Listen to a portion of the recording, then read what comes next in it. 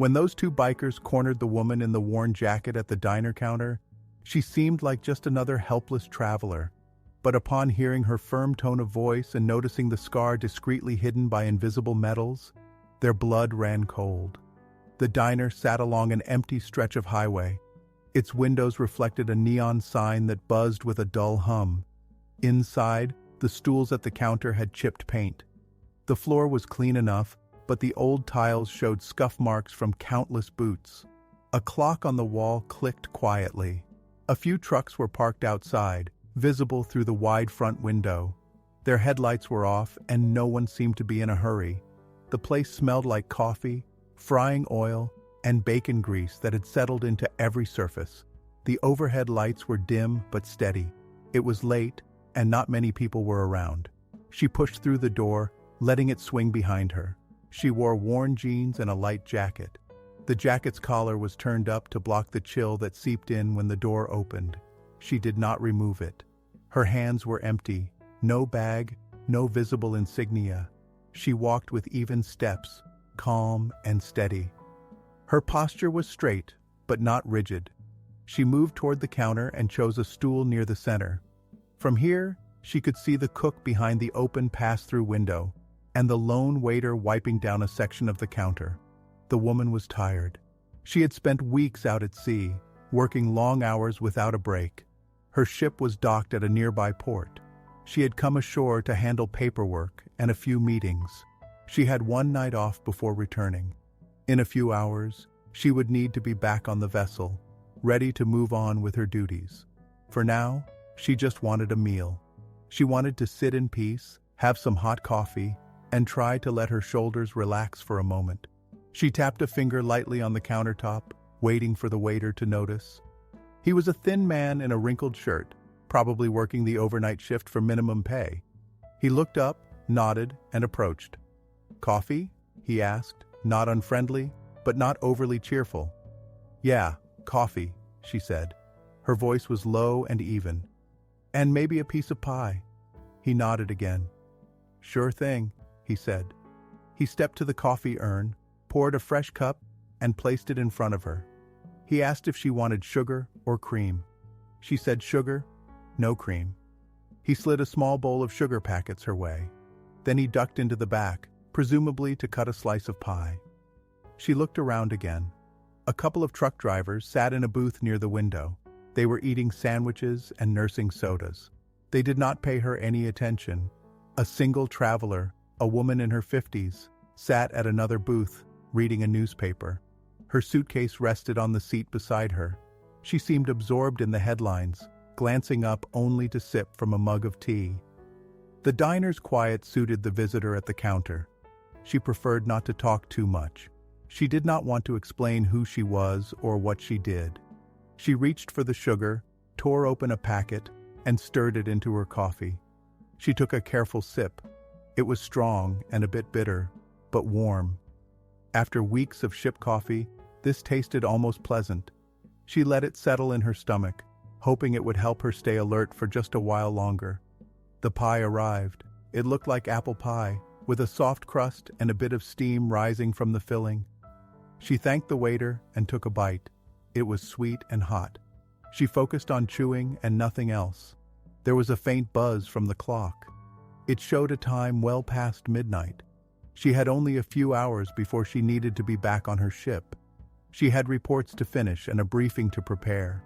She tried not to think about that now. She would have time later, once she returned to her cabin. For now, she needed this quiet moment. She needed to rest her mind. Her past months had been filled with strict schedules, strict orders, and constant vigilance. She had a job that demanded authority and discipline. On the ship, no one questioned her rank. On land, she could blend in. She wore no uniform now. She carried no insignia. She had earned her position through years of hard work. She commanded respect at sea, but here, she was just another traveler passing through. Outside, a distant rumble broke the silence. At first, it sounded like a truck on the highway, but it was getting louder. The old neon sign flickered once, then held steady again. The rumble turned into a growl. Two motorcycles pulled into the parking area. Their headlights swept across the windows and the counters inside. The woman at the booth with the suitcase glanced up. The truck drivers paused mid-chew. The waiter looked toward the door, then at the woman at the counter, then back to his cloth and the section he was cleaning. The front door pushed open. Two men stepped inside. They wore leather jackets with patches and heavy boots. One was tall, thin, with a shaved head. The other was stockier, with a beard and a scar under his left eye. They kept their helmets tucked under their arms. They did not say anything at first, just looked around, scanning the room. Their boots thumped on the floor as they walked in. They seemed to take in the scene, the tired truckers, the traveling woman, the lone woman at the counter. The visitor at the counter sipped her coffee. She did not turn around to face them. She had seen their reflection in the window behind the counter. She kept her eyes on her coffee cup. She did not want to invite trouble. She took another bite of her pie, chewing slowly, trying to remain calm. The tension in the room rose a notch. She felt it. She guessed the waiter felt it too. He was wiping the same spot on the counter over and over.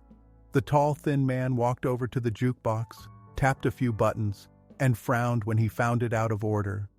The stockier one rolled his shoulders, looked at the truckers, then at the woman at the counter. He narrowed his eyes slightly, as if judging her. She ignored him. She did not need attention from these men. She wished they would just sit down, order something, and leave her alone. She focused on her coffee, listening to the quiet sounds of the diner. The clock ticked. The truckers resumed their eating, though more slowly. The traveling woman tried to vanish behind her newspaper. The taller biker finally stepped toward the counter. He did not sit. He just hovered a few stools away from where she sat. He took his time, as if waiting for some reaction. The woman at the counter pretended not to notice. The waiter cleared his throat. "Help you with something?" the waiter asked the biker. The biker smiled, showing a few chipped teeth. "Coffee," he said. "Maybe a burger if you got one fresh." "Kitchen's still open," the waiter replied. "Coffee coming right up." The other biker stood near the door for a moment, then joined his friend at the counter. They left one stool between them and the woman. She could feel them looking. She finished her slice of pie and placed the fork down gently. She did not make eye contact. The waiter poured 2 coffees and set them in front of the bikers. Neither man thanked him. Outside, the night air seemed to grow colder. Inside, the tension was warm and sticky. The commander's shoulders tightened under her jacket. She considered finishing her coffee and leaving, but that meant going back into the cold night sooner. She wanted a little more time. She had paid for the pie and coffee. She had a right to sit here. Still, she stayed alert. She had dealt with troublemakers before, but that was usually at sea, on her ship, with a crew behind her. Here, she was on her own. She had no intention of starting anything. She just wanted peace. The bikers sipped their coffee loudly. One of them whispered something to the other. She could not make out the words, but the tone was mocking. The waiter moved away, busying himself with tasks far from the counter. The truck drivers finished their sandwiches. One of them dropped some bills on the table and left quietly, not wanting to get involved in anything that might happen. The remaining patrons kept their heads down. The quiet settled in again, broken only by the sounds of coffee slurping and the faint hum of the neon sign outside. The woman at the counter watched the clock's hands move forward. Time was passing. She needed to return soon. Her reports and duties called. She tried to push that from her mind. She took another sip of coffee, noticed it was getting lukewarm, and put the cup down. The stockier biker turned slightly toward her. He seemed to be considering something. He inhaled through his nose and exhaled slowly, as if sizing her up. She noted the movement with her peripheral vision, but did not react. The tall one leaned forward, elbows on the counter. He let his eyes wander over her, down to her jacket, her jeans, her boots. He said nothing. She ignored him. The air felt thick. She wondered if she should pay and leave. But something about them told her that leaving too soon might show weakness. She did not want to invite a chase outside in the dark. She picked up the spoon next to her empty pie plate and tapped it lightly on the counter. It was a quiet sound, but it kept her focused. The waiter dared a glance from a distance, his eyes nervous. The traveling woman in the booth folded her newspaper and pretended not to stare. The two bikers were in no rush. They drank their coffee slowly. She knew that if they wanted to start trouble, they would probably do it soon. She tried to remain calm. She kept her hands visible, relaxed, not clenched. She controlled her breathing. There was no reason for them to know who she was. She was just another customer. They did not need to know about her naval rank or the years she had spent earning it. All that mattered now was that she handle this night with dignity. She did not plan to let anyone push her around, but she would not provoke them either. The clock's ticking reminded her of her deadline. Dawn was not far off. She would need to wrap this up and get moving. Maybe she would just finish her coffee, pay the bill, and leave. If they followed, she would deal with that. For now, she hoped they would lose interest. As she reached for her coffee cup, the tall biker cleared his throat and leaned even closer. "Out late, huh?" he said, voice low. She did not answer. She took a sip of coffee and set the cup down. The biker waited, then tried again. "Something got your tongue?" he asked. She kept her face forward. The waiter pretended to rearrange salt shakers on a distant table. The traveling woman in the booth looked away. The silence grew heavier. The woman at the counter knew this was the start of something. She stayed still, deciding how to respond. Her night had been calm so far, and now these men threatened that calm. She could feel their eyes. She was not afraid, but she was cautious. The pressure in her chest tightened. She wanted to handle this without causing a scene. She had no idea if that would be possible. She gripped her coffee cup again and swallowed, trying to appear unmoved. The biker's question hung in the air. She said nothing. She hoped they would tire of this and leave her alone. The clock's ticking felt louder now. She kept still on the stool and tried not to show any reaction. The tall biker waited, his eyes on her face. His friend watched from the side, leaning one elbow on the counter. The air felt thick, but she breathed evenly.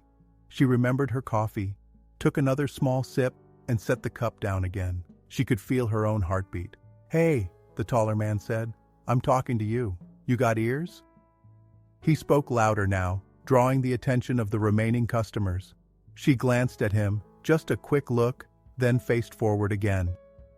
"I'm just having my coffee," she said, keeping her voice calm. She did not want to invite more trouble. She just wanted to finish her coffee and leave. But his tone told her that would not be so simple. The shorter biker smirked. "Not very chatty, huh?" he said. "You think you're too good for small talk?" She felt a tightening in her stomach. She had dealt with rude men before. On her ship, she would have ended this nonsense with a short command and firm discipline. Here, she had none of that. She was alone. "I'm minding my business," she said, trying to keep things calm. "Your business?" the taller one said, leaning closer. She could smell his breath. It smelled like stale cigarettes and cheap coffee. "Your business is sitting at this counter, ignoring people who want a friendly word?" She noticed the other customers looking away, trying not to get involved. The waiter stood behind the counter, wiping his hands on a rag. He looked nervous. He did not speak up. No one did. The commander finished her coffee and pushed the cup forward. She did not turn her head, but she spoke clearly. "I'm tired," she said. "I don't feel like talking, that's all." The stockier biker chuckled. "Hear that?" he said to his friend. "She's tired. Poor thing." He said it with a mocking tone. "Long night, sweetheart?" She did not like that word. She had heard it before, in other places, from other men who tried to demean her. She pressed her lips together, trying not to show annoyance. "Please," she said quietly, "just let me be." He laughed louder. "Oh, sorry," he said. "Didn't mean to bother you." The taller one reached over, tapped her empty coffee cup with his finger. "You done with that?" he asked. He sounded as if he wanted to pick a fight. "Maybe I'll have your cup. Save the waiter some trouble." She felt a surge of irritation. She controlled it. She kept her tone steady. "It's empty," she said. Take what you want. The man slid the cup toward himself, grinning. Thanks, he said, lifting it as if making a toast. He set it back down, then turned to look at her profile. Where are you from anyway? He asked. You passing through? Maybe looking for work? She ignored the question. She had no desire to share details about herself. She kept her shoulders relaxed, but her jaw tightened. She could feel them testing her patience, looking for a reaction. She would not give them one. She had handled worse situations at sea. A few men in a diner would not break her composure. The stockier biker grew bolder. He looked around the diner, noticing the tension. He seemed to enjoy it. What's wrong? He said to the silent diners. Nobody going to say hello to this lovely lady? He slapped the counter with his palm, making the salt and pepper shakers rattle. A few people flinched. The woman at the booth set down her newspaper and stared at her lap. The trucker still present coughed and shifted in his seat. The waiter edged closer, trying to catch the commander's eye. She avoided his gaze. She knew he could not help her. He seemed afraid to intervene. The bikers liked that fear. She could see it in their faces. The taller biker leaned even closer. I'm talking to you, he said to the commander. You too good to talk to a man? Or maybe you're just stuck up. She let out a slow breath. I don't want any trouble, she said quietly. She turned slightly, letting him see her face. Her eyes were calm, but hard. I'm just here for a coffee and a piece of pie, that's all. He stared back at her, showing his teeth in a grin that did not reach his eyes. No trouble, huh? He said. You think you can just walk in here and act like we're not even worth a hello? His friend snorted. Look at her. She thinks we're dirt. She shook her head. I never said that, she said. I just want to be left alone. The taller biker tapped the counter again, louder this time. The sound was sharp in the quiet diner. Left alone, he repeated, as if tasting the words. That's not very polite.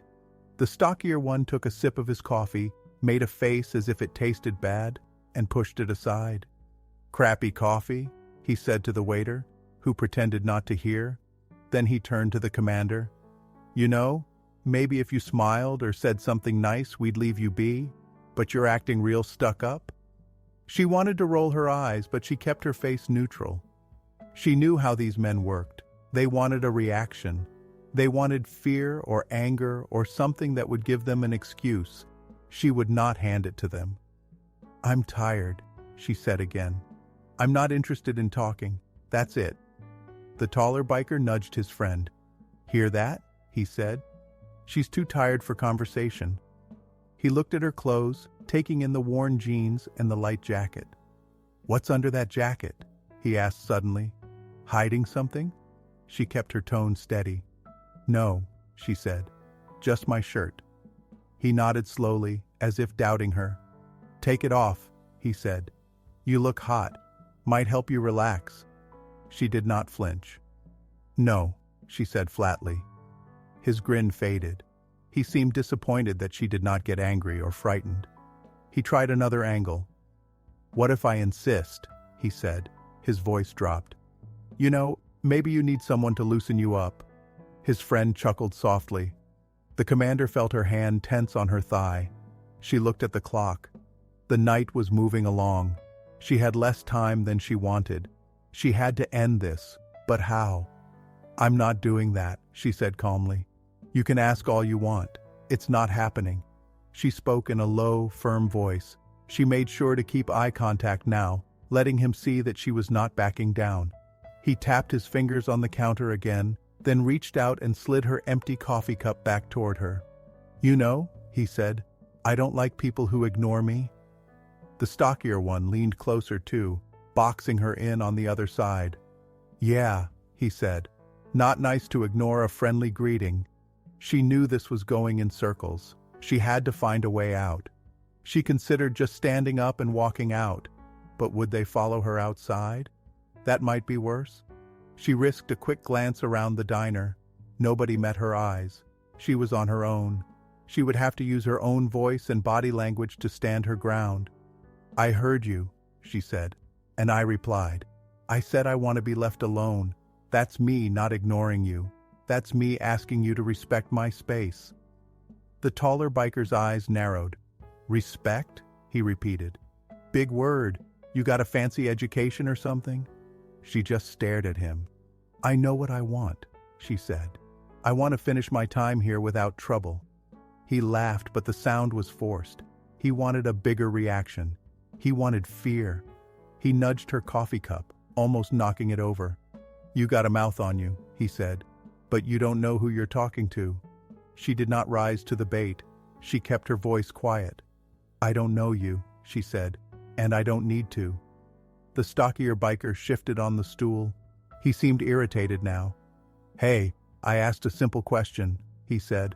"Where you from? Passing through?" She did not answer right away. She decided that maybe saying something harmless might diffuse this. "I'm on my way back to my ship," she said after a moment. "Just passing through."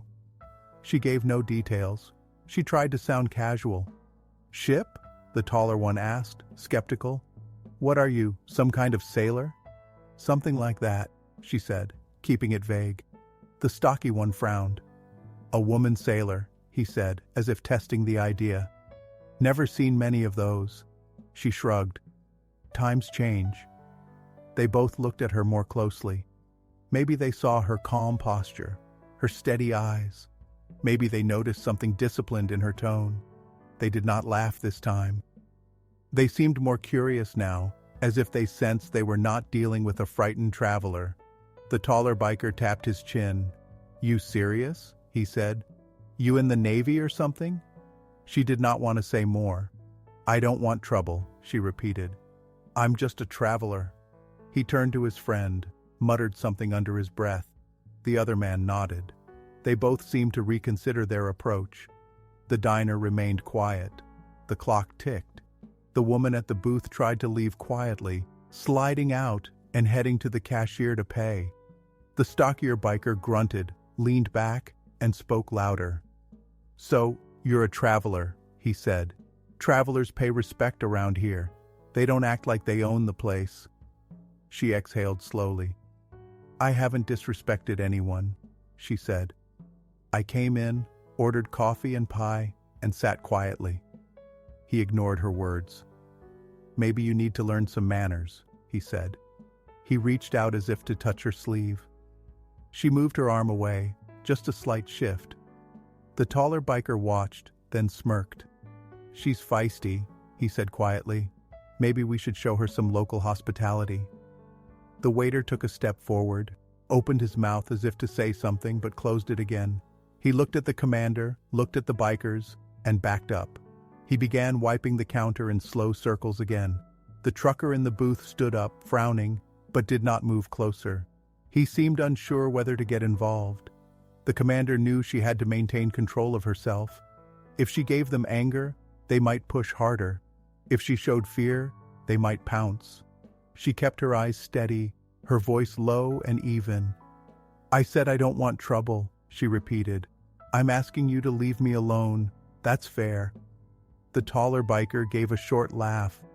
"Fair," he said, rolling his eyes. He grabbed the empty coffee cup and lifted it, then smashed it down on the counter. It did not break, but the sound was sharp.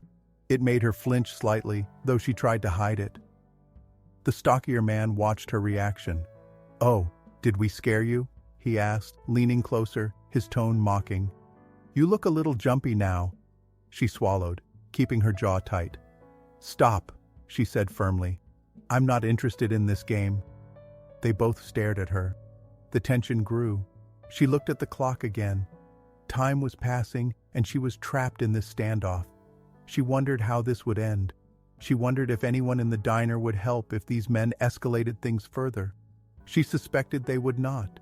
She was on her own, but she would not bow to them. She kept her eyes on the bikers. They had grown bolder. The taller one rested a hand on the counter, close to her plate. The stockier one hovered on the other side, blocking her exit path. She noticed the waiter inching closer again, but he still said nothing. The tension in the diner weighed on everyone. The taller biker spoke first this time. "We're being patient," he said, "but you're not giving us much. It's rude, you know." He tapped his fingertips on the counter. She inhaled slowly and spoke in a calm tone. "I'm just here for coffee and pie," she said again. "I'm not looking for company." The stockier biker snorted. "Not looking for company?" he repeated, shaking his head. "Funny how you say that, but here we are, trying to be friendly, and you act like we're not good enough for you." "Look," she said quietly, "you're making me uncomfortable. I want to finish and leave, that's all." She noticed her empty plate and mug. She had nothing left to linger over. Maybe she should just pay her bill and try to get out. The taller biker smirked. "Uncomfortable?" he said. "We're just talking. Can't a couple of guys have a chat with a traveler?" The woman steadied her voice. "I'm not in the mood for chatting," she said. "I've said that." He leaned closer. "Well, maybe we're in the mood," he said. "And maybe we don't like being told no?" She felt her heartbeat quicken. She had to stand her ground. She turned slightly to face them, keeping her posture calm. "I'm not telling you what to do," she said. "I'm telling you I'm not interested. You're free to talk to each other, not me." The stocky one looked around the diner. "Everybody here seems nervous," he said in a louder voice, eyeing the remaining trucker and the waiter. "Why is that?" He waited as if expecting an answer, but no one spoke. The waiter cleared his throat. "Maybe because it's late," he said quietly, trying to sound casual. "Late nights make people nervous?" The taller biker shot him a look. "Who asked you?" he said, his tone sharp. The waiter backed off again. The commander decided to try a different angle. She reached into her pocket and pulled out a few bills. She placed them on the counter. "I'm paying my bill," she said. "I'll leave now." She kept her tone even, hiding her frustration. The stocky biker laughed. "Leaving already?" he said. "We're just getting to know each other." She ignored him and looked at the waiter. "This should cover the coffee and pie," she said. "Keep the change." The waiter nodded nervously, swiping the money off the counter. "Sure," he said. "Thanks." The taller biker slapped a palm down on the counter, making the commander pause. "Leaving?" he said. "I don't think so. We're not done yet." She tightened her jaw. "I'm done," she said, keeping her voice steady. "I paid. I'm leaving." He eyed her, then looked at his friend. "She thinks she calls the shots," he said. "She thinks she can just walk away." The stockier one moved closer, just half a step. It was enough to block her side. "We're just talking," he insisted. "What's the rush?" She felt a surge of anger, but held it down. She refused to give them that satisfaction. "I don't owe you anything," she said firmly. "I said I'm leaving. Let me pass." The taller biker leaned in, trying to intimidate her with his presence. "We don't know you," he said. "You could be anyone. Maybe you're lying about being a traveler." She stared straight at him. "I'm not lying. I have no reason to lie." He narrowed his eyes. "Is that right?" She nodded once. "Yes." He tapped the counter again, as if weighing his options. "So what's on your ship?" he asked, pressing for details. "Why are you here?" She shook her head. "That's my business, not yours." The stockier biker chuckled, enjoying the standoff. "She doesn't trust us," he said. "How can we be friends if she doesn't trust us?" She decided to try a small step forward, just to test if they'd let her pass. She shifted her weight off the stool and took a half step toward the door. The taller biker moved in front of her, blocking her path. "Not so fast," he said. "We're talking." She clenched her teeth, feeling the pressure build inside her chest. "You're harassing me," she said plainly. "I asked you to let me leave." "Harassing?" the taller one repeated, pretending to be offended. "We're just being sociable?" The stockier man nodded. "Right, sociable." The commander looked around. The other customers either stared at their tables or watched with worried eyes. No one intervened. The waiter looked like he wanted to help, but did not dare. She was alone, and these men knew it. She took a slow breath and tried a different tactic. "I'm going to count to 3, she said quietly, "and then I'm walking out that door." She kept her voice calm and steady. No threats, just a statement. The taller biker raised an eyebrow. Counting? He said. You think that'll scare us? She did not answer. Instead, she said, 1. Her voice was firm. The stocky biker laughed. She's serious, huh? The taller one moved closer, his tone mocking. 2, he said, repeating after her, sneering as if it were a joke. She held her ground and looked him in the eye. She did not blink. She said nothing else, just let the silence hang. Her heart pounded, but she kept her face calm. He hesitated. Maybe he saw something in her eyes. Maybe he sensed that she was not bluffing. He looked away for a moment. The stocky one frowned, uncertain now. The diner remained quiet, except for the hum of the lights and the distant sound of a truck passing on the highway. The waiter's knuckles were white where he gripped his rag. The trucker watched with tense shoulders. The woman at the booth had already left, paying quickly and slipping out. The taller biker spoke again, his voice harder this time. You think you can just walk out, like you're above us? He stepped closer, invading her personal space. She smelled that stale cigarette odor again. She resisted the urge to step back. She forced herself to speak calmly. I said I'm leaving. I've done nothing to you. There's no reason for this. He stared at her. Reason? He said quietly. We make the reasons.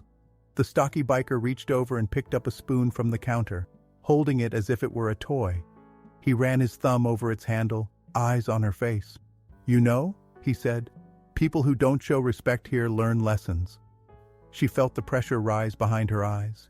She had to remain calm, but they were pushing her. She considered revealing who she was, but that felt like a cheap way out. She did not want to use her rank like a shield in a diner. She had earned that rank through skill and endurance, not to pull it out in a roadside eatery.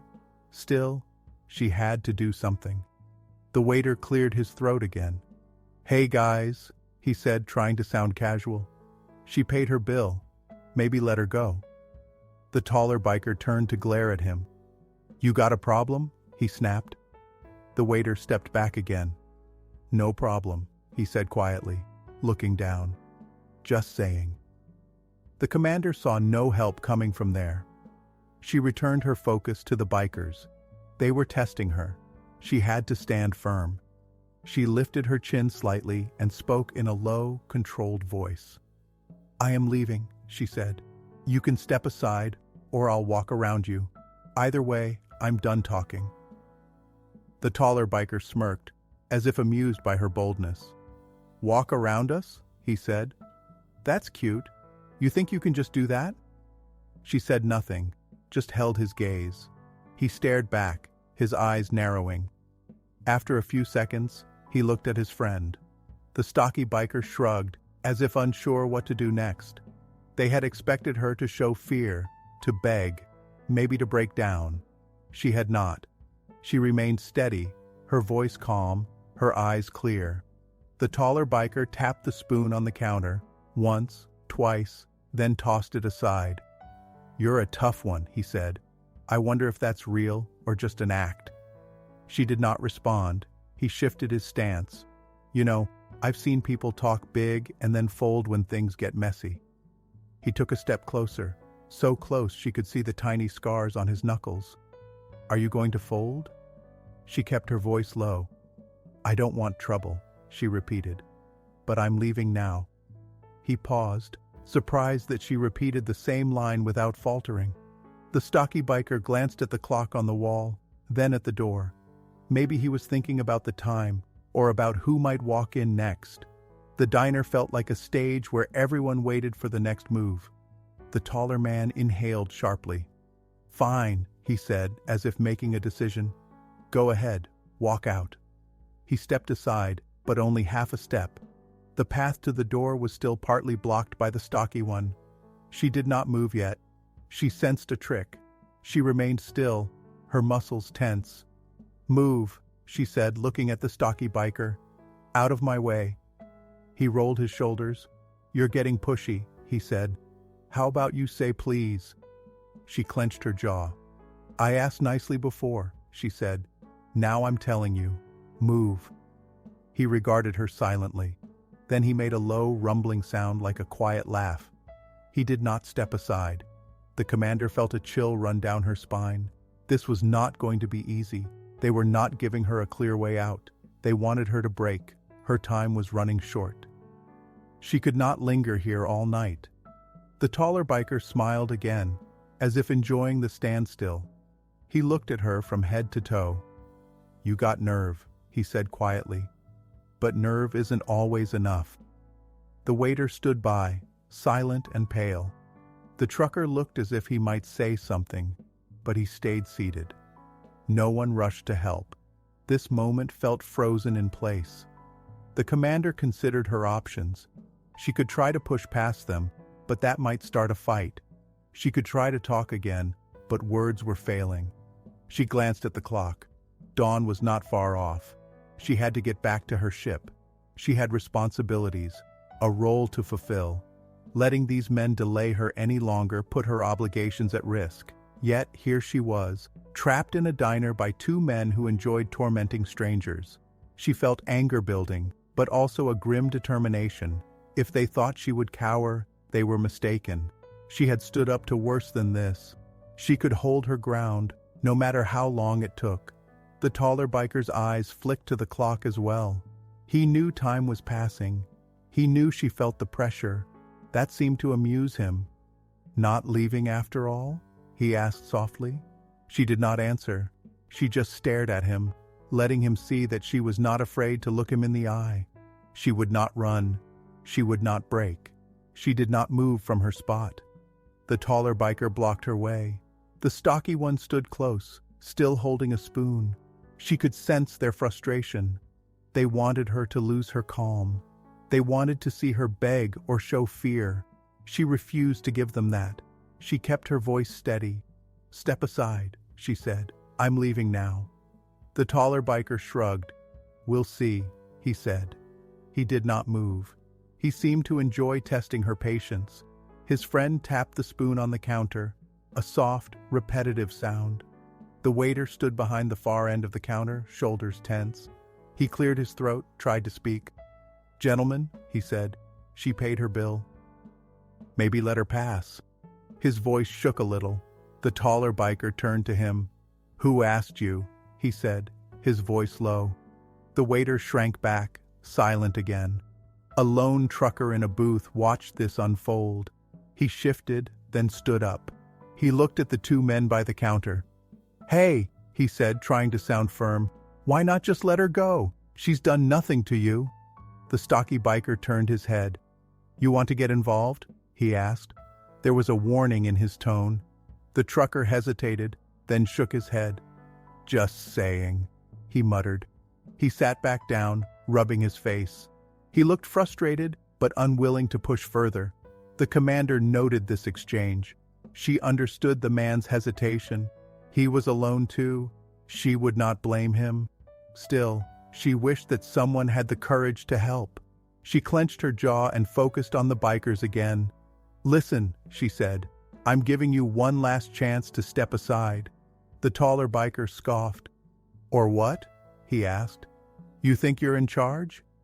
She stared at him, not blinking. "I'm leaving," she repeated. "That's not a suggestion." He leaned in, close enough that she could see the tiny hairs on his face.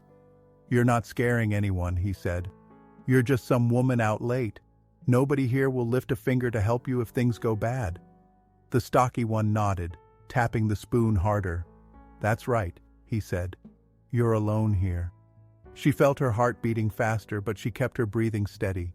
She knew how to control her voice, how to keep it firm. "I may be alone," she said quietly, "but I'm not helpless." The taller biker smirked. "Oh, you're not helpless?" he said. "That's funny." He reached out as if to touch the collar of her jacket. She jerked her shoulder back. "Don't touch me," she said. Her tone was crisp, each word clear. He paused, surprised by the direct refusal. He withdrew his hand but remained close. He glanced at the clock, then at his friend. Maybe he wondered how long this could drag on. The stocky biker rattled the spoon on the counter. "We got a tough one," he said. "I bet she thinks she's some kind of badass." She did not respond to that. She just stared at them. She needed to end this soon. The clock was ticking, and she had a schedule to keep. She tried another angle. "I've given no offense," she said. "I just want to go." The taller biker pretended to think. "No offense?" he repeated. "You refused to talk to us. You acted like we're beneath you." She shook her head. "I didn't say that," she said. "I said I'm tired and want to be left alone." He pointed a finger at her face. "That's the same thing," he said. "You don't respect us." She tightened her jaw again. "Respect is earned," she said, "not forced." The stocky biker laughed. "Oh, she's got a mouth," he said. He tossed the spoon onto the counter. It clattered loudly, making the waiter flinch. The taller biker's eyes narrowed. "Watch your tone," he said. "You might regret it." She refused to look away. "I'm done talking," she said. "Move." He did not move. Instead, he slid a hand along the counter, knocking over her empty coffee mug. It rolled to the edge and fell to the floor. The sound of it hitting the tile was sharp. The diner was so quiet that everyone heard the mug bounce and spin before settling. No one rushed to pick it up. The biker grinned, as if knocking that mug down was some kind of victory. "Oops," he said. She looked at him, unimpressed. "Are you finished with your show?" she asked. He frowned. Maybe he expected her to show anger at the broken routine. Instead, she seemed unimpressed. "You got a smart mouth," he said. The stocky biker crossed his arms. "Maybe we should teach her some manners," he said, glancing at his friend. She noticed the shift in his body language. They were getting more direct now. Her eyes darted to the door. She planned to move if they gave her an opening. She would not wait much longer. The waiter coughed. "Guys," he said quietly, "maybe just let her go. She's not bothering anyone." The taller biker turned sharply. "Shut up," he said. "This is between us and her." The commander stepped off the stool, now standing on her feet, facing them. She was shorter than both men, but she stood straight. She said nothing, just waited to see what they would do. The stocky biker eyed her stance. "What's this?" he asked. "You planning to fight your way out?" She did not answer the question. She kept her face neutral. She did not raise her fists or show any aggressive move, just stood ready to move if needed. The taller biker leaned in. "You think you can take us?" he said, voice low. She held his gaze. "I think I can leave," she said. "That's all I plan to do." He seemed confused by her calmness. He expected her to cry, plead, or become hysterical. She did none of those things. She remained steady, as if this were a negotiation at a border crossing or a routine confrontation at sea. The stocky biker looked around the diner again. His eyes landed on the trucker, who looked uncomfortable. "Hey pal," he said to the trucker, "you think she should learn some respect?" The trucker shook his head. "I'm not getting involved," he said. "I'm just here to eat." The biker gave a cold smile. "That's what I thought." He turned back to the commander. "See? Nobody cares about you here." She felt a twinge of disappointment in the others, but she understood. They were scared. She would handle this alone. "That's fine," she said. "I don't need anyone." The taller biker curled his lip. "Tough words," he said. "But words are cheap." She nodded slightly. "True," she said. "Actions matter." Then she stepped forward, just a small step, testing his resolve. He moved to block her again, but this time she stood her ground, stopping only inches away. They were face to face now. He was taller, stronger perhaps, but she did not back down. She could see a flicker of uncertainty in his eyes. She spoke quietly. "Let me go." Each word was clear. He looked at her, then at his friend. The stocky biker rolled his neck as if preparing for something. The commander stayed calm, watching every movement. The waiter scratched his head. "Come on," he tried again, voice softer now. "Let's not have trouble." The taller biker ignored him. He stared at the commander. "You got nerve," he said. "But I don't see why we should just back off." She kept her face expressionless. "Because I asked," she said. "I have not insulted you or touched you. I just want to leave." He snorted. You think asking matters to us? He moved closer, invading her space again. She did not retreat. She smelled his breath, felt the heat of his presence. She did not flinch. Yes, she said. It should. He hesitated. The stocky biker picked up a fork from the counter and tapped it against a plate, creating a sharp clink. It seemed like a threat, but she did not react. I'll tell you what, the taller biker said. Maybe if you say you're sorry for being rude, we'll let you walk out. She shook her head. I wasn't rude, she said. I have nothing to apologize for. The stocky biker shook his head. Wrong answer.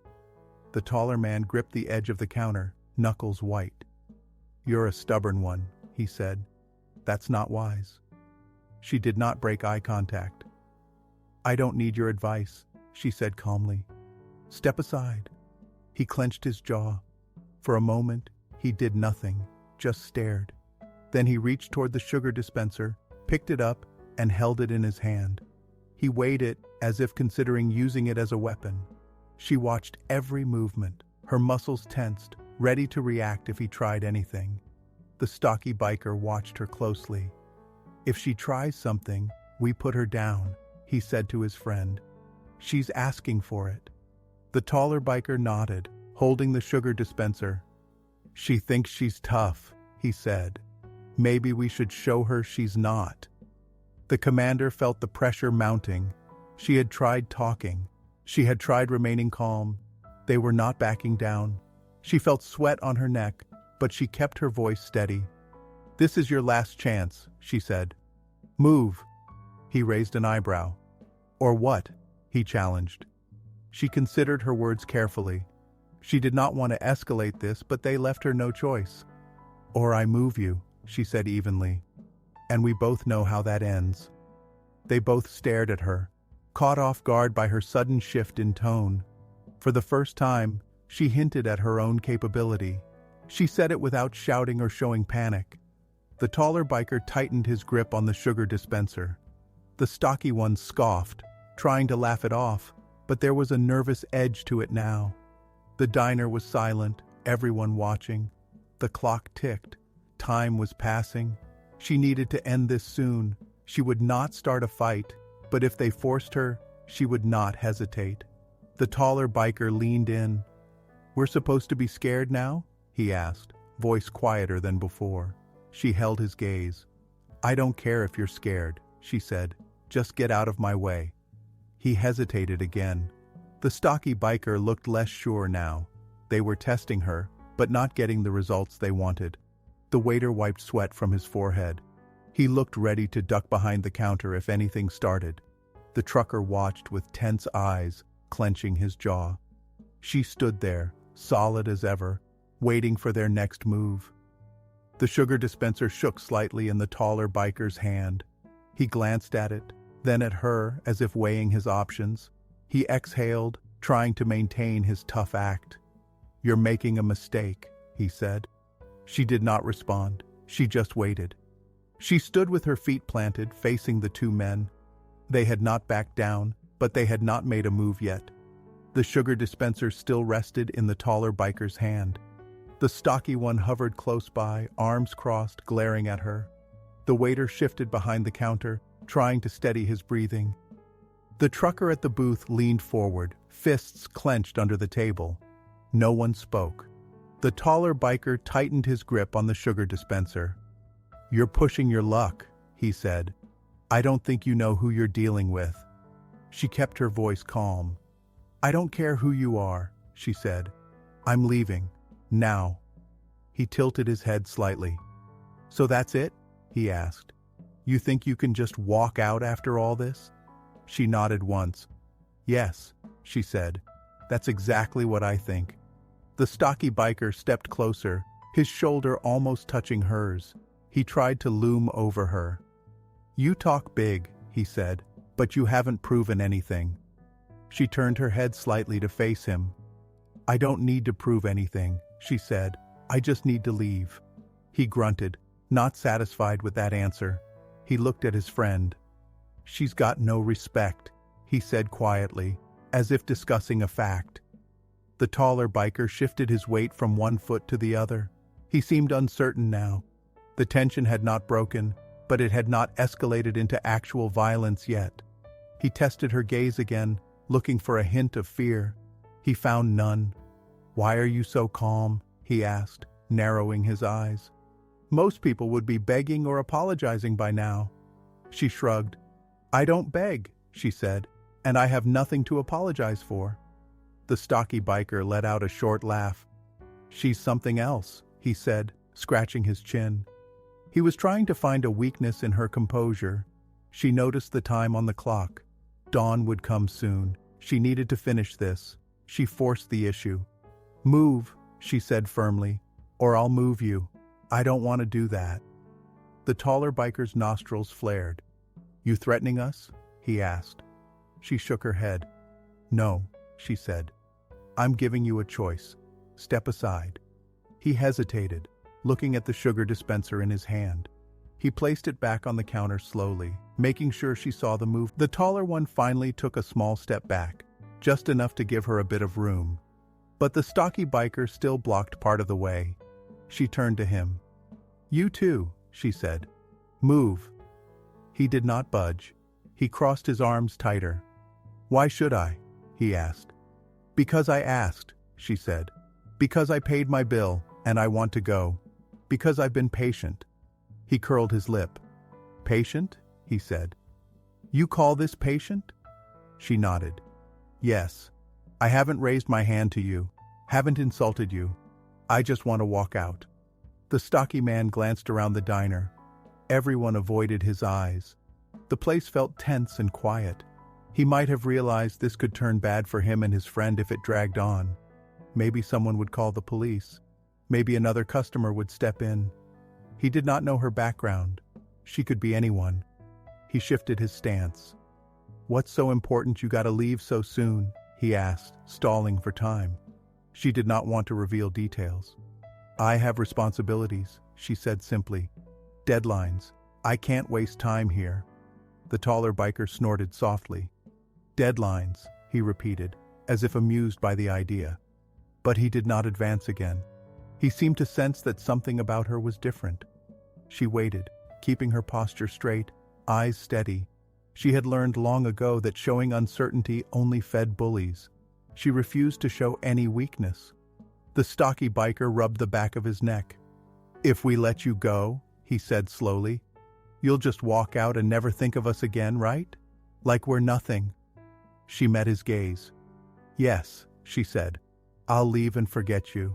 That's what you want, isn't it? No trouble, no problems." He studied her face, looking for sarcasm. He found none. She was completely serious. "Forget us," he said, as if testing the idea. He looked at his friend. They seemed to communicate silently for a moment. The taller biker rolled his shoulders, then looked away, as if conceding something. The stocky biker sighed through his nose. He did not look happy, but he seemed to consider letting her pass. He uncrossed his arms but remained where he was. The waiter cleared his throat again. "Come on, guys," he said softly. "Let her leave. She's paid, and you've had your fun." The taller biker shot the waiter a glare. "Shut up," he said, but his tone was less fierce now. It was more of a reflex than a threat. The commander waited, silent. She had made her position clear. She would not beg, would not break. It was up to them now. The stocky biker took a half step back, just enough to open a small gap. He moved slowly, as if to show he was doing it on his terms, not hers. She nodded. "Thank you," she said quietly. She did not gloat or smile. She just acknowledged the move. The taller biker tapped the counter with his fingertips. "You better watch yourself," he said, voice low. "Not everyone is as patient as we are." She let that pass without comment. She began to move toward the door, slow and steady. She kept them in her peripheral vision. If they tried anything at the last second, she would be ready. But they did not move to block her again. The diner's door was closed now. She could see her reflection in the glass. She looked calm, but she felt her heart pounding. Still, she controlled her breathing and kept walking.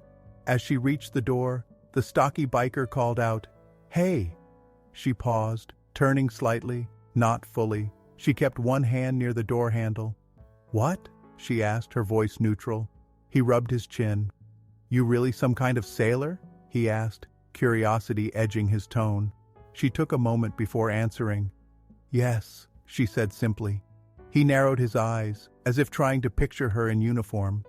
"Thought so," he said. "Got that look." She did not respond. She just watched him from the corner of her eye.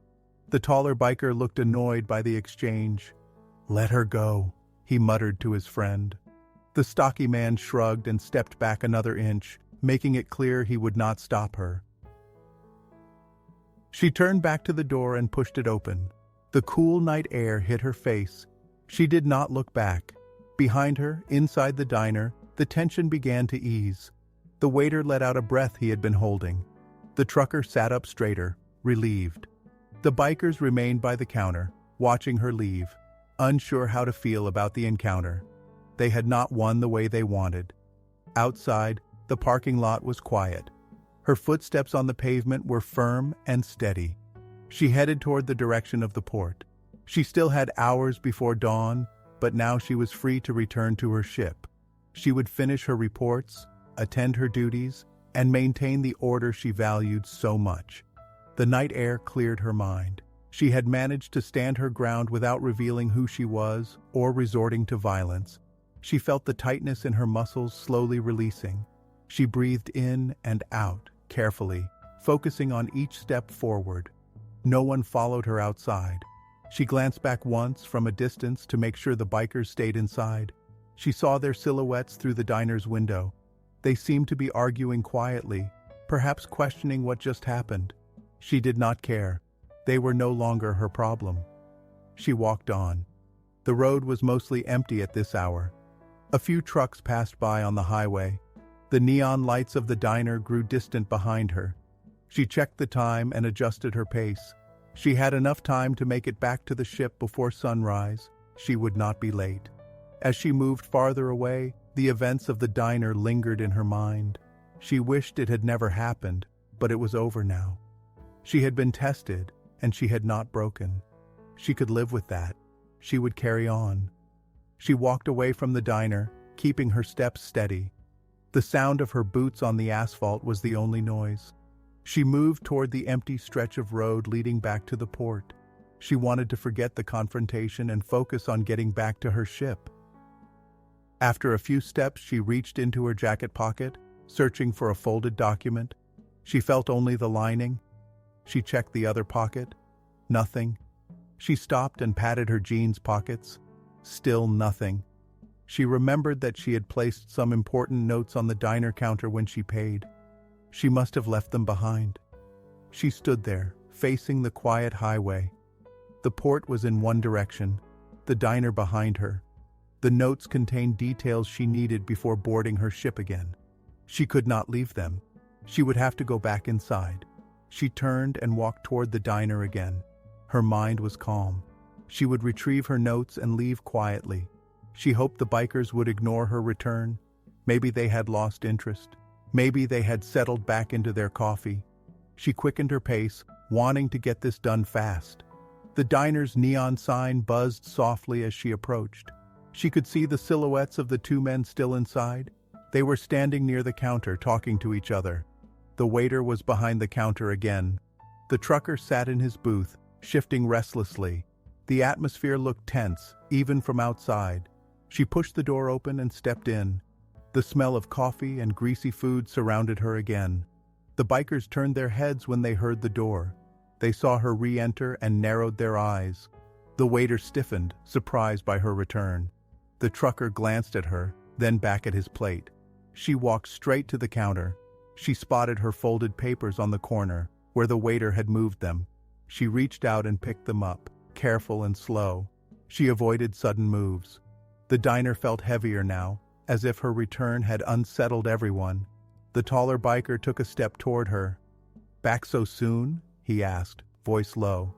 "Forget something?" She kept her tone even. "I left my notes," she said. She held them up so he could see. "I need them." The stocky biker stood beside his friend. "You got a lot of nerve," he said, eyeing her, walking out and coming right back in. She did not rise to the bait. "I just want what's mine," she said. "I'm leaving now." The waiter spoke up, trying to ease the tension. "She left those on the counter," he said quietly. "Just grabbing them, that's all." The taller biker ignored the waiter. He focused on her. "You walk in and out like this place is yours," he said, voice tense. "You think we're nothing?" She shook her head. "I don't think about you at all," she said calmly, folding the notes and slipping them into her jacket pocket. "I'm done here." The stocky biker tapped a knuckle on the counter. "You say you don't think about us, but here you are again," he said. He spoke slowly, as if trying to provoke her. "Maybe you couldn't resist coming back." She ignored his attempt. "I came back for my notes," she said, stepping slightly to the side, aiming for the door. "Now I'm leaving." The taller biker moved to block her path again, just a half step. "Hold on," he said. "We're not done talking." She felt a surge of frustration. "We were done," she said. "I only returned for my property." He glanced at the papers in her pocket.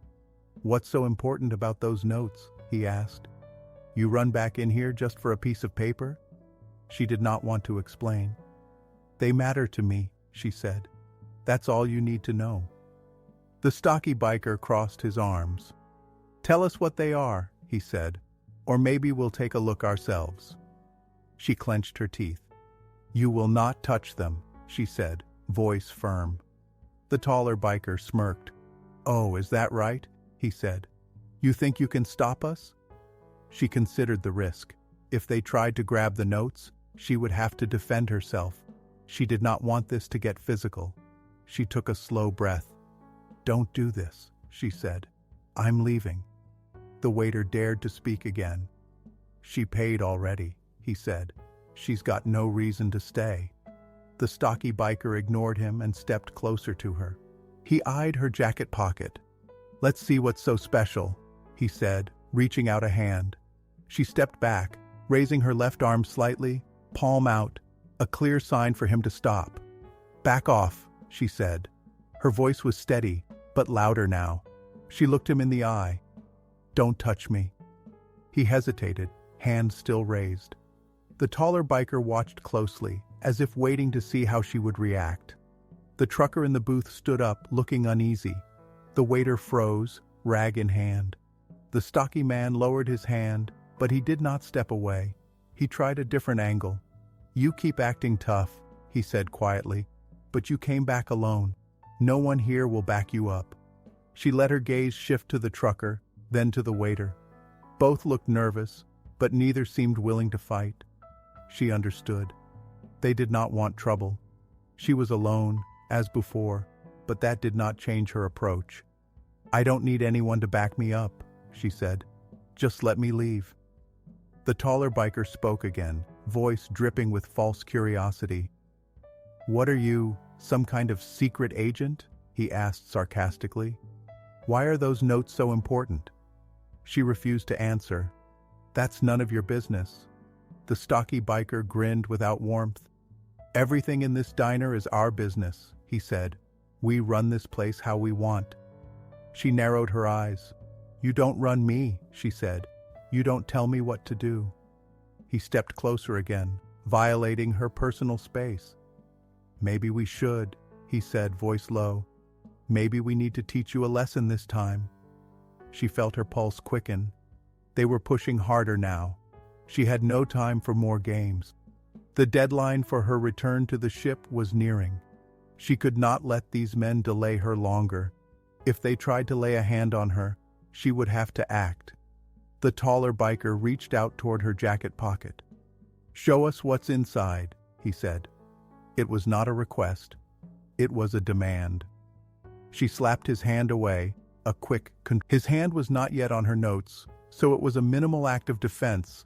Still, the sound of flesh hitting flesh was sharp, and everyone tensed. The biker yanked his hand back, eyes wide with surprise. He had not expected her to strike back, even if lightly. The stocky man stepped in, fists clenching. The trucker took a step forward, but then stopped.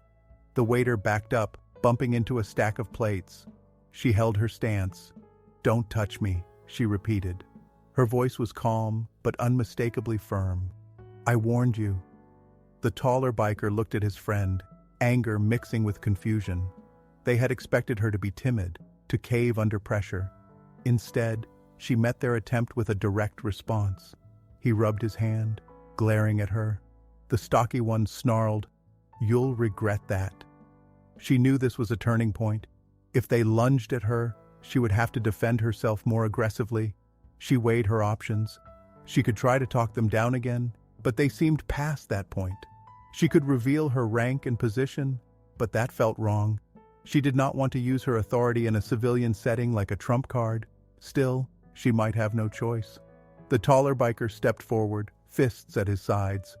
"You got a big mouth and quick hands," he said, "but that won't save you now." She planted her feet, ready for anything. "I don't want to fight," she said, "but I will if I have to." The trucker finally mustered some courage. "Come on, guys," he said, moving closer. "Don't start something stupid." He tried to sound reasonable. "Just let her go, all right? No one needs this." The stocky biker shot the trucker a warning look. "Back off, pal. This doesn't concern you." The trucker hesitated, but then squared his shoulders. "It concerns me if you start beating up a woman," he said, voice shaking but determined. "That's not right." She noted the trucker's shift. Maybe he finally decided not to stand aside. Still, she would not rely on him. She focused on the bikers, watching their hands, their stances. The taller one smirked, pointing at the trucker. "You going to stop us?" he asked, mocking him. "You think you can?" The trucker swallowed hard. "I don't want trouble either," he said, "but I'm not going to sit here and watch you bully her." The stocky biker considered this, looking back and forth between the commander and the trucker. Two people stood against them now. The waiter said nothing, but he seemed relieved that the trucker had stepped in. She took advantage of the moment. "I'm leaving now," she said. "If you try to stop me, you'll regret it. If you let me go, we're done." The taller biker clenched his jaw, staring at her. He weighed the risk. Two people opposed him and his friend. The woman had shown she would strike back. The trucker seemed ready to help her. The atmosphere was changing. The stocky biker glared at the trucker, then at her. He was angry, but not stupid. He looked to his friend for guidance. The taller one rolled his shoulders, considering the odds. The commander waited, chest tight, ready to move. She needed them to back down. She had no time to waste on a pointless fight. The diner felt tight and tense. The two bikers stood between her and the door, fists clenched, eyes cold. The trucker stood off to the side, uncertain but willing to intervene if needed. The waiter hovered behind the counter, breathing shallowly. No one else was inside. The air smelled like coffee and sweat. She held her ground. She had her notes, and she had made it clear she would leave. The bikers had to make a choice. Either they stepped aside or they forced a confrontation. The taller biker studied her face. He seemed unsure. He grunted and looked at his friend. The stocky biker tapped his foot, arms crossed, trying to appear tough. But there was hesitation now, a flicker of doubt. The commander, she simply stood ready to act if they tried anything. She kept her voice low and direct. "You know what happens if you try to stop me," she said. "Don't do it." The taller biker narrowed his eyes. "You think we're afraid?" he asked. There was a hint of uncertainty in his tone. She answered calmly. "I think you don't want to get hurt," she said. "Neither do I. Let's end this." The stocky biker spat on the floor. "Tough talk," he said, stepping forward. His boots scraped the tile. "Show me why we should be afraid." She held out her hand, palm facing him. "No," she said. "I'm not giving you a show. I'm leaving. That's it." He scoffed. "Leaving?" he said, looking at his friend. "After all this?" She nodded. "Yes," she said. "I have what I came for. There's nothing else to discuss." The trucker took a small step closer to her, as if to back her up. He did not look confident. but he made an effort. "She's right," he said quietly. "Just let her go, guys. This isn't worth it." The taller biker glanced at the trucker. "You shut up," he said. He pointed a finger at him. "You step in, and we put you down first." The trucker swallowed, but did not step back. "I don't like bullies," he said, voice trembling slightly. "I'm not looking for a fight, but I won't let you hurt her." She appreciated his support, but she did not rely on it. She kept her eyes on the bikers. "Listen to him," she said. "There's no reason to fight. You gain nothing." The stocky biker clenched his fists, knuckles whitening. "We don't walk away from insults," he said. "You acted like we're nothing." She shook her head. "I acted like I don't want trouble," she said. "That's not an insult. That's my right." The taller biker took a slow breath, as if trying to calm himself. He knew this could go badly. He could sense that she was not bluffing. He looked her up and down, searching for a sign of weakness. She gave him none. "You're too calm," he said. "I'm not normal," she said plainly. "Let me go." He said nothing for a moment. He glanced at the door, the clock on the wall, then back at her. The stocky biker tensed, ready to strike if given the word. But the taller biker hesitated. Maybe he understood that this would not end in their favor. They had not managed to break her. Instead, they found themselves stuck in a standoff. The waiter cleared his throat. "Come on," he said, voice quiet. "We've had enough excitement." No one responded to the waiter. The stocky biker's eyes flicked to him, then back to her. He seemed annoyed that people were siding with her, even if only by urging peace. The trucker tried again. "Guys, let her pass," he said. "We can all go back to our lives." The stocky biker growled softly. "You're getting on my nerves," he said to the trucker. "Back off." The trucker shook his head. "No," he said, voice steadier now. "I won't back off." A tense silence followed. It hung in the air, heavy and uncomfortable. The commander remained steady, waiting for their decision. She had no reason to rush now. She had made her position clear. The taller biker stepped closer to his friend, muttering something too low to hear. The stocky one listened, his eyes never leaving her. After a moment, the stocky biker let out a frustrated sigh. He looked at her, teeth clenched. "You got lucky," he said, as if granting her a favor. "We'll let you go this time. But you remember this. You were on thin ice." She did not smirk or show relief. She accepted his words as a simple fact. "Understood," she said. "I'm leaving." She took a careful step toward the door. The bikers did not move to block her this time. The trucker let out a breath. "Thank you," he said to the bikers, trying to keep the peace. "We don't need any trouble." The stocky biker ignored him, glaring at her instead. "Get out," he said. "Now." She nodded, stepping closer to the door. She kept them in her peripheral vision, not turning her back completely until she reached the exit. The tension in her muscles began to ease, but only slightly. She pushed the door open and stepped outside. The cool air felt sharper this time. She walked away from the diner without looking back. She expected them to follow, but the door stayed closed. She did not hear footsteps behind her. She kept walking until she reached the edge of the parking lot. Once she was clear of the diner's lights, she glanced back. Through the window, she saw the bikers talking to each other, their gestures irritated but subdued. The trucker stood by the counter, the waiter behind it. The atmosphere inside seemed to be shifting back to a tense calm. She turned away and continued along the road. She would not forget this night easily. She had confronted men who tried to humiliate and intimidate her, and she had not bowed. She had been forced to stand her ground twice. She hoped that was the end of it. She needed to return to her ship before dawn. She would complete her duties, report in, and resume her post as if nothing had happened. Her boots scraped the asphalt, steady and sure. The horizon showed the faintest hint of light, a sign that morning approached. She quickened her pace, clutching her notes inside her pocket. Now she could focus on what mattered. The confrontation at the diner was behind her. She had no time for regrets or second thoughts. She passed a lone gas station, closed for the night. A few trucks rumbled by on the distant highway. The world felt larger out here, away from the diner's cramped tension. She breathed in and out, steadying herself. Her mind drifted to her ship, the tasks awaiting her, and the crew who relied on her leadership. She took pride in her position, though she never boasted. Tonight had tested her patience and composure in a different setting. Without her, she had managed to hold her own, relying on her confidence and discipline instead of formal authority. Step after step, she neared the port area. She could smell the salt in the air, faint but present. Soon she would see the masts and hulls of ships, the loading cranes, the lights of early morning workers. She checked the time on a small watch.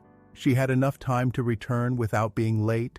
She would hand in her reports, organize her materials, and prepare for the next deployment or duty shift. The tension in her shoulders eased further as she left the memory of the diner behind. She focused on the path ahead, on the goals she had set for herself. Her life was not defined by random encounters in roadside diners. It was defined by her service, her duty, and her ability to stand firm when tested.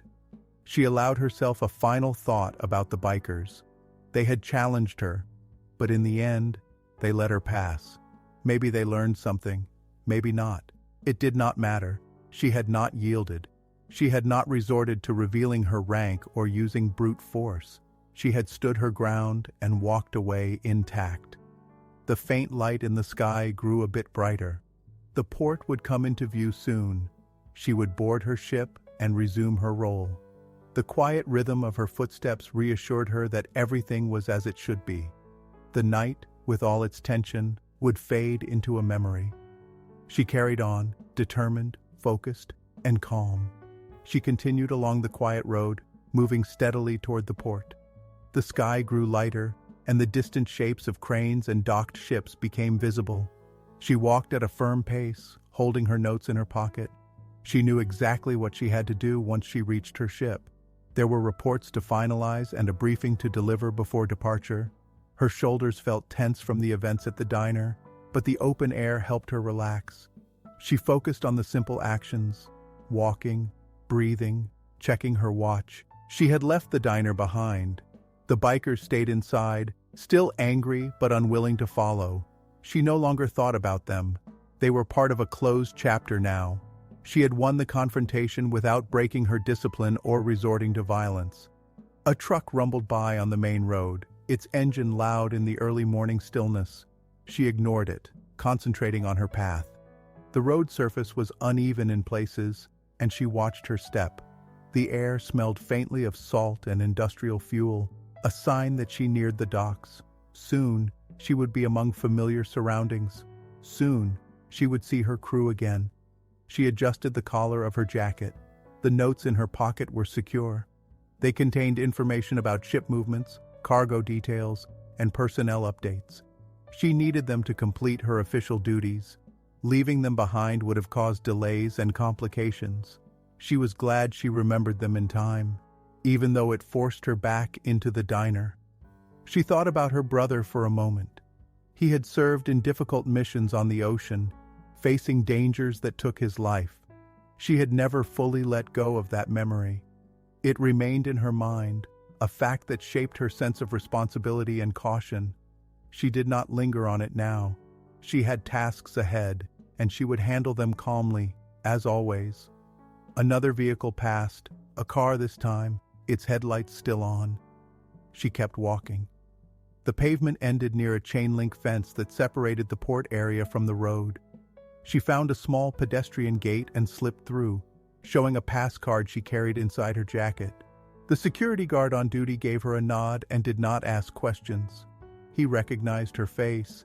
He knew she belonged here. Inside the port zone, the activity was subdued at this hour. Workers moved crates with forklifts, and some crew members loaded supplies onto a small cargo vessel. She heard the hum of machinery, the clank of metal against metal. She smelled diesel and damp wood from the docks. This environment was familiar and predictable. It required no posturing or negotiation. It simply demanded focus and clear action. She headed toward her ship. The hull's silhouette stood out against the pale sky. She knew every deck, every corridor, every cabin. Soon she would climb aboard and resume her routine. There were no doubts or threats there. On the ship, her authority was formal and recognized. She did not need to prove anything. She simply performed her role, guided her crew, and followed orders from above. As she walked, she reassured herself that the diner incident had not changed her. She remained who she was, a professional, disciplined, and capable officer. The bikers had tested her patience, but not broken it. They had tried to corner her, but she had refused to submit. She had faced them down with controlled words and steady posture. She carried no weapon, wore no uniform, yet she prevailed. That was enough. A crane swung overhead, moving a container into place on a nearby freighter. She paused, waited for the path to clear, then continued. The harbor lights glowed faintly, losing their strength as the sky brightened. She passed a few dock workers who greeted her with brief nods. She nodded back, not stopping to chat. Her watch showed that she still had a margin of time before her reporting deadline. She could review her notes once aboard, confirm all details, and be ready to present them. The crew would expect her to be calm and prepared. They would not know about the diner incident, and she would not tell them. It was irrelevant to her duties. She preferred to keep personal experiences separate from professional responsibilities. She neared the gangway leading up to the ship's deck. A sailor on watch glanced in her direction and recognized her immediately. He stepped aside, allowing her to board without question. She ascended the gangway with steady steps, holding the railing for balance. Once on deck, she inhaled the familiar scent of salt air, mixed with the faint odor of oil and metal. The ship felt solid beneath her boots, stable and reliable. She walked along the deck toward the small cabin assigned to her. Inside, she would find a desk, a chair, and a lamp. She would lay out her notes and prepare the reports. She would not think about the diner again. The night had passed, and day would bring routine tasks and familiar order. As she reached her cabin door, she patted her jacket pocket. The notes were still there, safe and dry. She closed the door behind her, flicked on the light, and removed the papers. She placed them on the desk, smoothing them flat with her hand. Everything was in order. She would write her reports clearly and factually, just as she had done many times before. When the briefing time came, she would present the information calmly, with no hint of the tension she endured earlier. The cabin was quiet. She could hear distant footsteps in the corridor and the soft hum of the ship's systems. She removed her jacket and hung it on a hook. She rolled her shoulders to ease the lingering tightness. Her body felt a bit stiff from the stress, but it would pass soon. She sat down, pen in hand, and began sorting through the notes. She read each detail, confirming cargo weights, schedules, crew rotations, and maintenance logs. Her mind engaged with the data, leaving no room for outside distractions. This was her element, structured, clear, and meaningful tasks. She worked methodically, turning pages, making short notations, checking times against a small chart she kept in a folder. When she finished, she set the papers aside and checked her watch again. She had time to spare. She leaned back in the chair, closed her eyes for a moment, and breathed steadily. Soon, she would face her superiors and her colleagues, discussing mission parameters and logistics. They would see her as they always did, competent, quiet, and unshaken. The events at the diner were already fading. She carried no bruises, no cuts, no visible marks. The tension would fade from her muscles as the day went on. She was confident in that. She had faced hostility and intimidation before, though usually at sea, where her authority was undisputed. On land, with no uniform, she had managed just as well. That knowledge gave her a quiet satisfaction. A soft knock on the cabin door startled her. She opened it and found a junior officer holding a clipboard. He nodded, showing her a schedule. She confirmed it with a brief yes, and he left without further comment. She respected such straightforward exchanges. They were efficient, leaving no room for nonsense. Alone again, she realized she would need coffee soon. The ship's mess hall would offer something hot and strong. She would wait a bit, then head there. For now, she remained in the cabin, finalizing her thoughts, ensuring her reports were complete and accurate. Outside, the port awakened. She heard more movement, distant voices, engines starting. Her ship was preparing for the day's activities. She was part of that rhythm. The night's tension would become a footnote in her memory, a small test of her resolve in an unexpected place. She stood up, gathered her notes, and placed them in a folder. She would keep them safe until the briefing. She adjusted her collar, smoothing her shirt with one hand. She checked her reflection in the small mirror on the wall. She looked calm, as always. No one would guess what happened earlier. It did not matter. She was here, ready, and on time. She opened the cabin door and stepped out into the corridor. Her footsteps were quiet on the metal floor. She moved toward her next task without hurry. The ship felt like a world separate from the diner. Here, her role was clear. She did not need to defend herself with words or face strangers trying to break her composure. She could focus on her job, free of interruptions. At the end of the corridor, a slight turn led to the ladder up to the main deck. She climbed it easily, not feeling any lingering stiffness now. On deck, a fresh breeze greeted her. Dawn had arrived in full, lighting the harbor and the surrounding waters. She took a moment to absorb the view, then continued toward the areas where her presence would soon be required. She had done what she had to do. She had handled the night's events and emerged intact.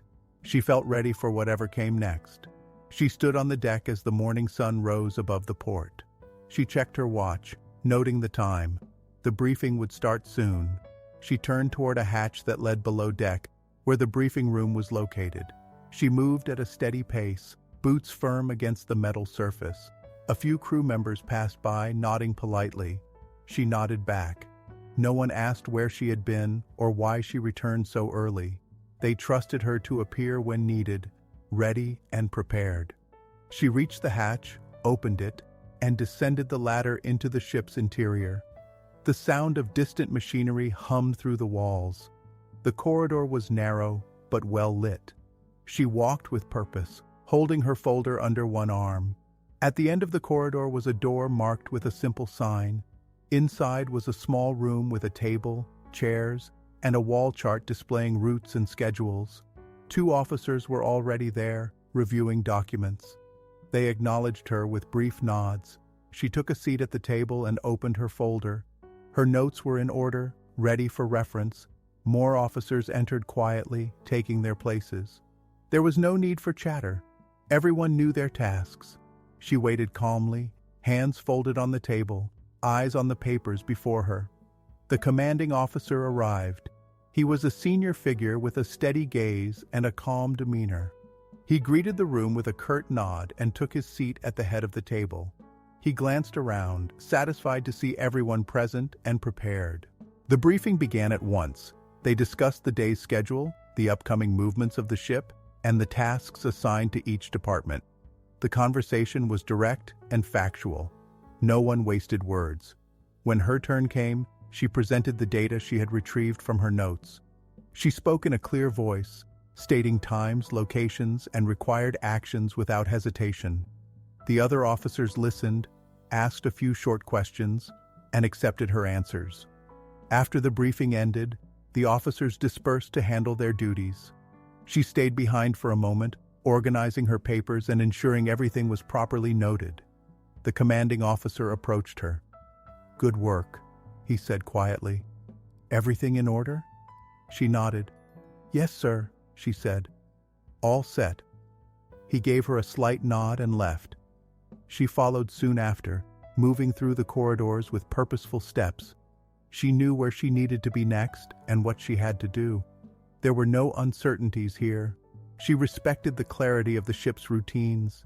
She made her way to the deck again, checking some equipment stations to confirm readiness. The crew carried out their tasks without fuss. She gave brief instructions where needed, praised efficient work with a simple "good," and moved on. Each action was direct and practical, leaving no room for confusion. The sky was bright now. She could see the port's activity increasing. More ships departed or arrived, cargo moved, and people hurried along the docks. Her ship would follow its schedule, moving out at the assigned time. She confirmed the departure details with a deck officer who noted her instructions and prepared accordingly. A few hours passed. She supervised a small inspection, double-checked some maintenance logs, and ensured that her team was ready for the next maneuver. She felt the regular rhythm of duty settling in. The memory of the diner grew distant. She did not dwell on it. She had no reason to. What mattered was here and now. Tasks done well, orders carried out, and a professional standard maintained. When she took a short break, she found a quiet spot near the ship's rail and looked out over the water. The sunlight reflected on the surface, making it appear clear and bright. She listened to the soft sounds of waves against the hull. She inhaled the fresh air and released a quiet breath. The tension she felt at the diner no longer pressed on her chest. She felt balanced and calm. She could trust her environment here. She knew her role, and no one questioned it. She did not need to prove herself with words or threats. Her rank and record spoke for her, and her actions confirmed it. This stability let her focus on what mattered: the ship, the crew, the mission. She returned to her duties without delay. The ship's timeline called for certain tasks to be completed before noon. She coordinated with another officer to finalize a checklist. She updated a report in her cabin, making sure all figures matched the data on file. Everything lined up as expected. As midday approached, the ship's engines would start warming up. She could feel a slight vibration under her feet as systems powered on. She checked her watch and noted that all tasks were on schedule. She walked to the helm area, where key decisions were made. The commanding officer was there, speaking quietly with another officer. She waited until they finished, then approached. "All tasks complete," she reported. "We are ready as planned." The commanding officer nodded. "Excellent," he said. "We depart on time." She acknowledged and stepped back, letting him continue his work. She moved to a vantage point where she could observe the deck and see that everyone was in position. The crew moved efficiently, no wasted motion. She stood with arms relaxed at her sides, maintaining a quiet watch. Finally, the order came to ropes were released, the ship eased away from the dock, and engines increased power gradually. She watched the port recede as the ship moved into open water. The city skyline faded, replaced by the vast expanse of the ocean. She felt the familiar roll of waves under the hull. Out here, on the open water, everything felt simpler. The chain of command was clear, the tasks were defined, and the environment was demanding but honest. She did not need to worry about strangers in diners, men who measured themselves by intimidation and threats. She had a defined role, duties, and a team that relied on her to carry them out correctly. As the ship gained speed, she made her rounds. She confirmed that all departments were functioning smoothly. She checked in with a few crew members, answered a brief question from a junior sailor about a schedule detail, and adjusted a small notation on a maintenance log. Nothing required more than a few words. Actions mattered more than talk. She stood at the rail again, looking ahead at the horizon. The day was well underway now, the sun high and bright. The ship's wake stretched behind it, marking their path across the water. She had left the events of the night behind on land. There would be no mention of it in any report. There was no need. It was a personal matter, a test of will and composure. She had passed it, and that was enough. She would remember it as a moment when she stood firm without a uniform or a chain of command to back her. She relied on her own discipline and presence. That knowledge stayed with her as a quiet assurance. The ship pressed on, carrying her and the crew toward their next destination. She had responsibilities waiting at every turn. She welcomed them. The routines, the challenges, the problem-solving, these things defined her life at sea. She found purpose in them. She glanced at her watch, still on schedule. She would maintain that schedule as long as she served, meeting expectations and upholding standards. She knew who she was, what she had achieved, and what she would continue to do. The ocean spread out before her, steady and indifferent. She faced it with calm resolve, ready for whatever came next.